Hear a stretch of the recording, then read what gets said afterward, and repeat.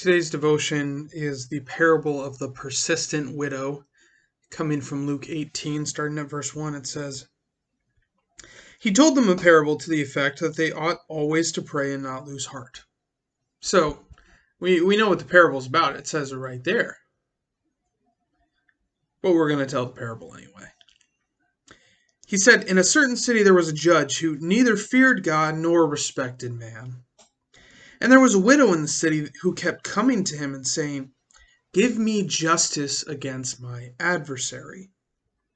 For a while he refused, but afterward he said to himself, Though I neither fear God nor respect man, yet because this widow keeps bothering me, I will give her justice, so that she will not beat me down by her continual coming.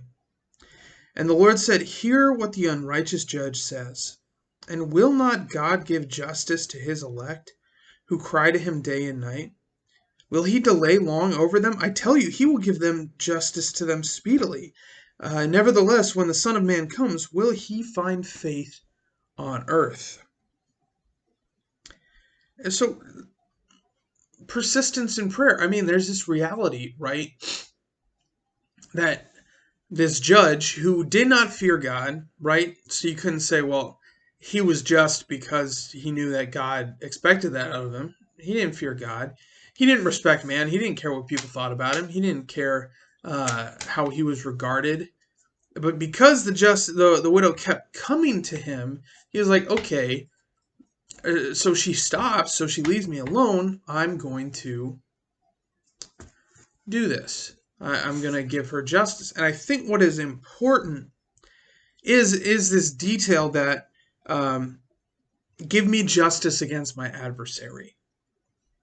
She's asking for justice, and he gives her justice. And I think that's an important detail because when we talk about persistence in prayer, if it's an unjust, if it's an unrighteous request, I think it looks a little different. So say this judge was being asked again and again and again to do something unjust, to do something wrong. There's much, I think, for most people, he didn't fear God or respect man, but they're not willing to compromise their values just so someone stops annoying them, right?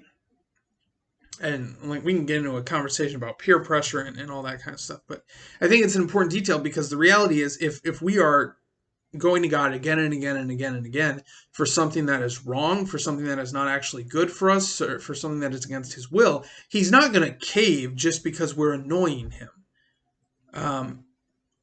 And that might be a point where the parable breaks down. That might be just why this detail of justice is thrown in there. But it is important to keep in mind that when we pray, God does hear us. God does answer our prayers. But if you're praying for something that is not in his will, he's not going to say, oh, yep, you know better than me. I'm going to cave. That. Frankly, that would suck. Because God's ideas are a whole lot better than ours. So keep that. If you've been praying for something for a long time,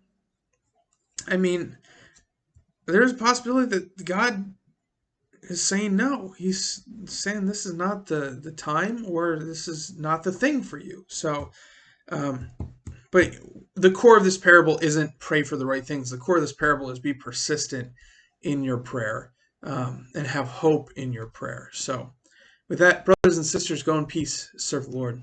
Thanks be to God.